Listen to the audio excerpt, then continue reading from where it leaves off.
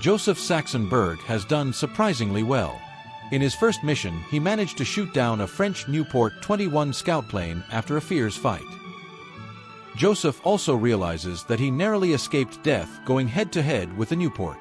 It could easily have gone the other way if it had not been for the greater firepower of the Albatros D1.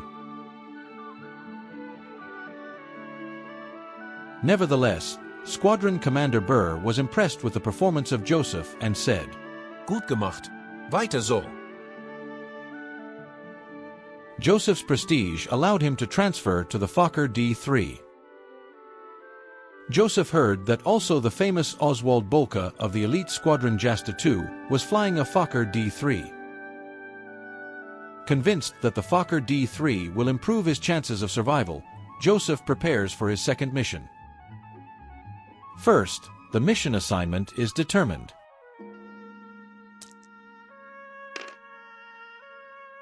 It's again a line patrol.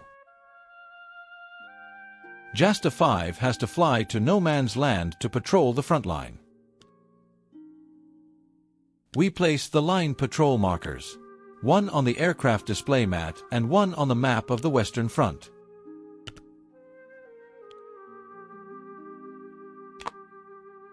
Joseph takes off from the airfield of Charleroi.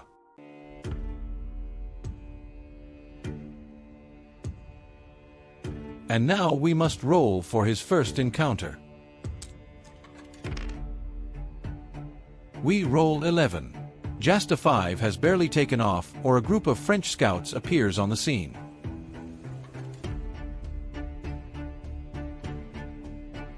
We roll for the type of French scout they encounter. As was the case in the first mission, Jasta 5 is again up against a flight of Nieuport 21. We are now going to roll for starting orientation.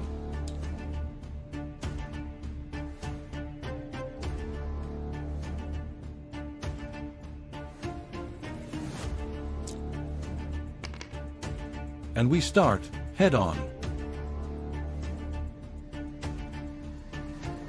As usual, Joseph may always try to avoid combat. But Joseph has a reputation to live up to. He's part of a new breed of pilots, disciplined and tough. Joseph will meet the challenge. We now roll for the enemy pilot quality. We roll a 5. This time Joseph meets a French veteran pilot. A veteran pilot will score one more random hit provided there is at least one hit. We use a marker to remind us of the quality of the enemy pilot. The aircraft display mat of the enemy pilot is selected and equipped with the indicated amount of ammunition. We also make note of the agility rating, speed and firepower of the Nieuport 21. Now the combat begins in earnest. Both aircraft are head-to-head. Joseph could open fire or perform a maneuver. Knowing his Fokker D3 has a rotary engine, Joseph will try to get onto the tail of the Nieuport by performing a tight turn. The enemy pilot, however, will pull the trigger of his forward machine gun. Will the Nieuport fire, or will his gun jam? A combat card is drawn.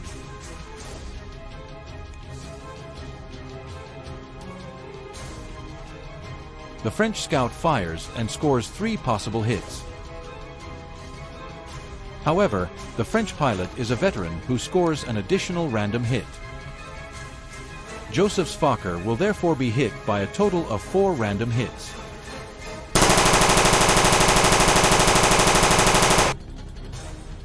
We now have to roll 4 times to see what parts of the Fokker are hit.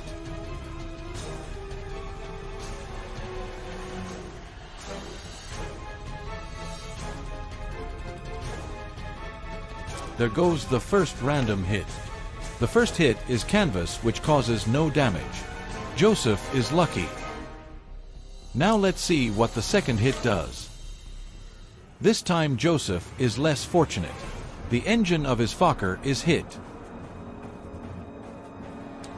We now have to determine if this hit caused his engine to catch fire.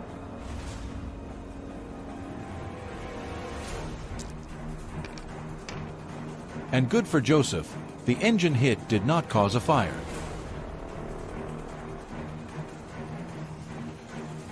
There are, however, consequences from an engine being damaged. One of them is that a rotary engine will no longer improve 2 positions but only 1. Although we implement the firing first, the actions of both pilots takes place at the same time. This means that the tight turn maneuver of Joseph will still result in an improvement with 2 positions in the current combat round. However, the advantages of a rotary engine are lost on all following combat rounds. This means that if Joseph would perform a tight turn on the next combat round, he will only improve 1 position. A damaged engine also loses 2 speed. This disadvantage will already take place in the current combat round, when the final initiative is being determined. Now let's see what the result is of the 3rd hit. And it's again an engine hit. Now we face a terrible dilemma. We could use the good luck charm to re-roll the 2 dice and hope for a better result. But his good luck charm will then be spent. The other option is to accept the dead engine. Contrary to, for instance, a second hit on the controls, a second hit on the engine does not mean the plane is destroyed. An inoperable engine will however result in a -4 during the initiative roll, and Joseph will be forced to dive and perform an emergency landing. If after final initiative the enemy manages to get into a head-on, advantaged or tailing position, he will fire at Joseph twice.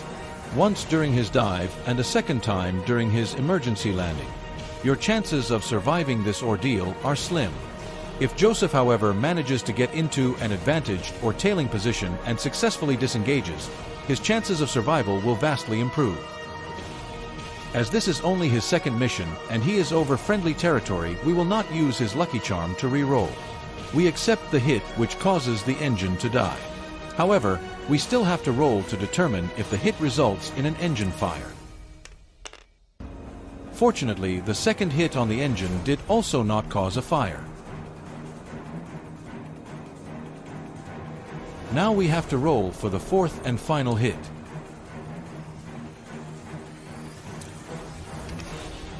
This time damage is caused to the starboard strut.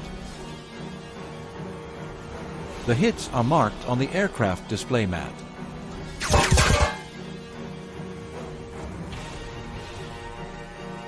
The Nieuport has spent 1 ammo round. Joseph performs the tight turn and is now in a tailing position. At the end of each combat round, we have to roll for initiative. The base initiative of the Nieuport is 12, while the base initiative for the Fokker is 8, due to his engine being dead. We now roll for final initiative. The red die is for the enemy plane, while the white die is for Joseph. And the result is disastrous for Joseph. The final initiative for the enemy is 17, while the final initiative for Joseph is only 9. This results in a difference which is more than 5, and the enemy gains 2 positions.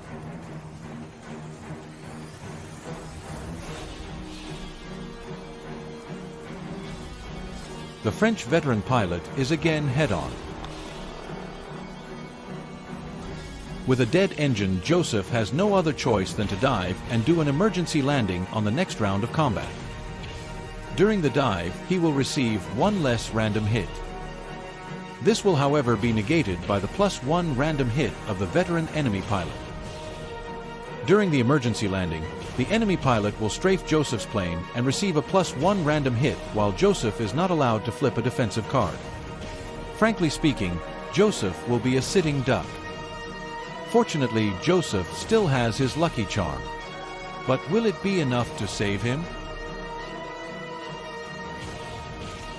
While Joseph is performing a steep dive, the enemy fighter pilot pulls the trigger.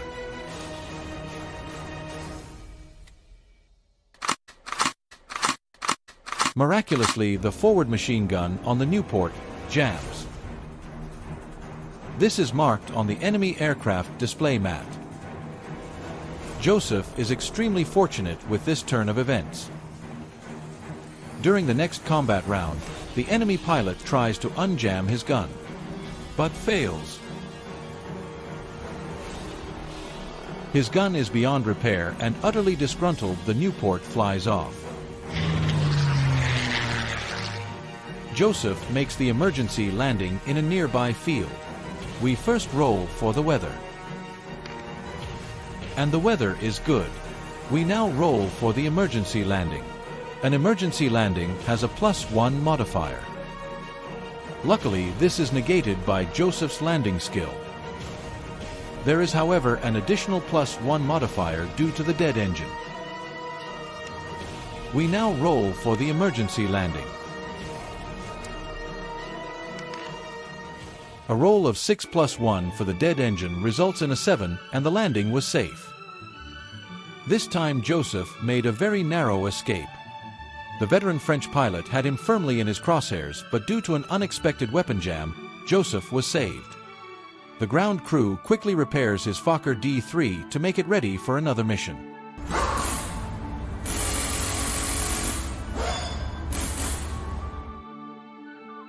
Although Joseph did not reach the front line, the mission was still a successful mission because of the engagement with an enemy scout. Joseph also gets 1 fatigue point following this mission. However, due to the emergency landing somewhere on a field, Joseph will miss the next sortie. Missing a sortie for whatever reason reduces the fatigue with -2 points, so the fatigue is again set to 0. This time Joseph does not receive any awards but counted himself lucky to have survived the engagement with the French veteran pilot. Hopefully, it is not a bad omen of worse things to come.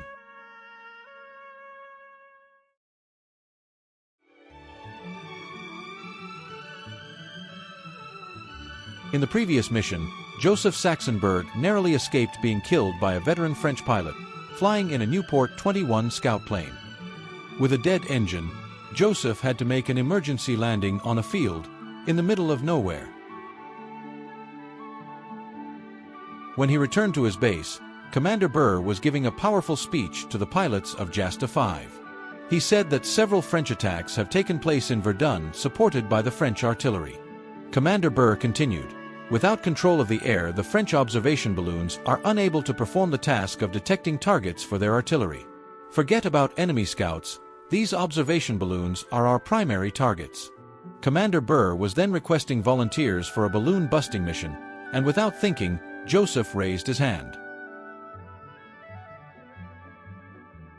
Requesting a specific mission assignment without randomly rolling normally costs a prestige point. However, due to the dangerous nature of a balloon busing mission, one may always volunteer without spending a prestige point. We place the appropriate mission marker on the aircraft display mat and on the map of the Western Front. A balloon busting mission requires you to fly to no man's land and at least attempt one pass on an enemy balloon. You may not engage two-seaters on this mission as you are loaded with incendiary ammunition, and this was not permitted by the St. Petersburg Declaration of 1868 and the Hague Convention of 1907. However, you may still defend yourself from enemy scouts if attacked en route to the balloon. On the rare occasion you hit the fuel tank of an enemy scout, you do automatically set him on fire with your incendiary ammunition. Due to their dangerous nature, balloon busting missions award double credit for the purpose of gaining experience, provided the mission was successful. A balloon busting mission is successful if you attempt at least one pass on the balloon, even if you did not destroy it.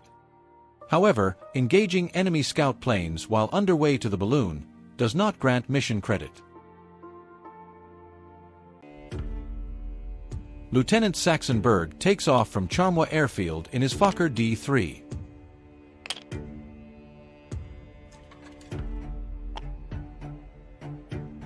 Now we have to roll for his first encounter. When taking off, Joseph Saxenberg does not encounter any enemy aircraft.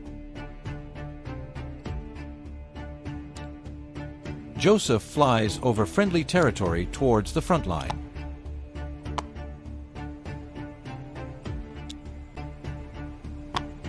Again we roll for an enemy encounter.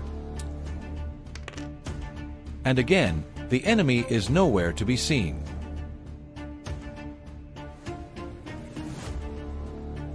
Joseph now flies above no man's land in search of enemy observation balloons.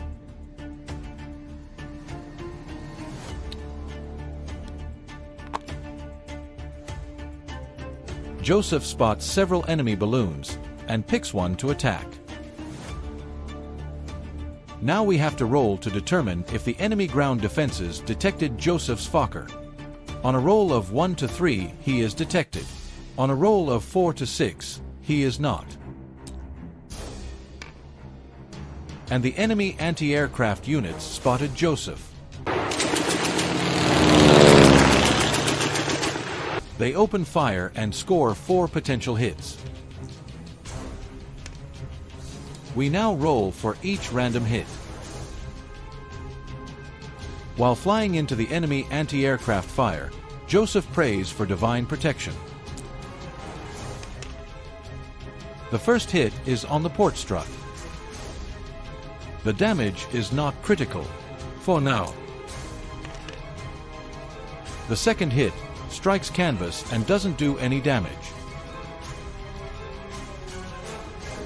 Joseph gets closer to the balloon but is not there yet. The third hit also strikes canvas. Until now, the damage is not too severe, but there is still a fourth potential hit coming Joseph's way. The fourth hit damages the tail of Joseph's Fokker. Joseph survived the gauntlet of initial anti-aircraft fire and now prepares to fire at the enemy balloon. For this we have to draw a combat card and score at least 3 hits. Joseph is now close to the enemy observation balloon and pulls the trigger.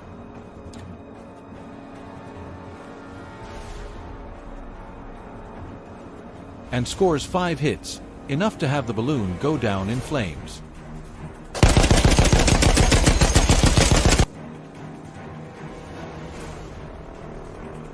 While flying away, Joseph still has to survive the gauntlet of anti-aircraft fire.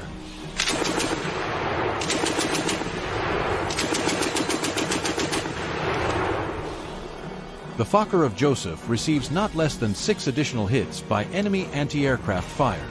Will Joseph survive this onslaught? The first hit of the outgoing barrage damages the port strut again. The damage on the port strut gets worrisome. 2 more hits and the Fokker is destroyed. Fortunately, the second hit strikes canvas. We still have 4 potential hits to go. Will Joseph survive? The third hit damages the controls of the Fokker. Another hit on the controls and the Fokker is doomed. The fourth hit damages the landing gear. Joseph's Fokker shakes and shudders, flying through the anti-aircraft barrage. The fifth hit strikes canvas again.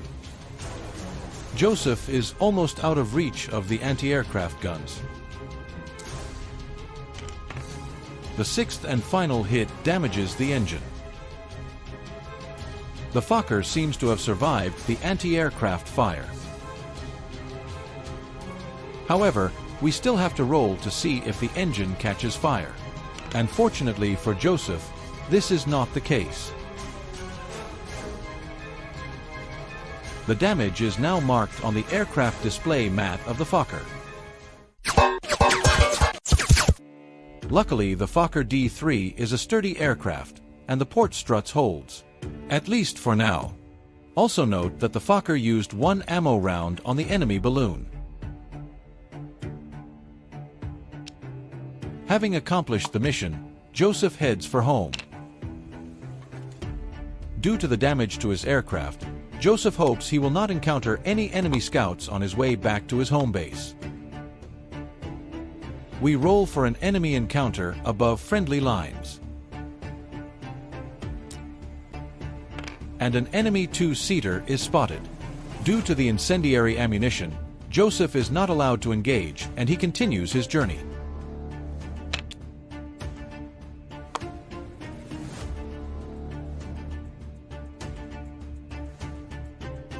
He is now approaching his home base in Charmwa. We roll a last time for an enemy encounter. And fortunately for Joseph, no enemy scouts are encountered. Joseph is now preparing for landing. First, we have to roll for the weather.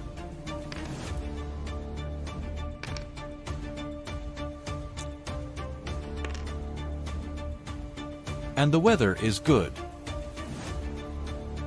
The controls are hit. This will give a +1 die roll modifier.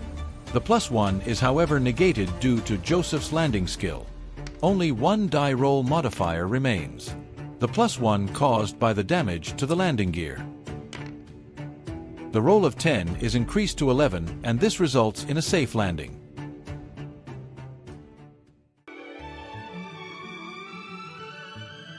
If this mission proved anything, it's that balloon busting missions are dangerous undertakings. Joseph's Fokker has quite some damage, but the ground crew is able to make the necessary repairs.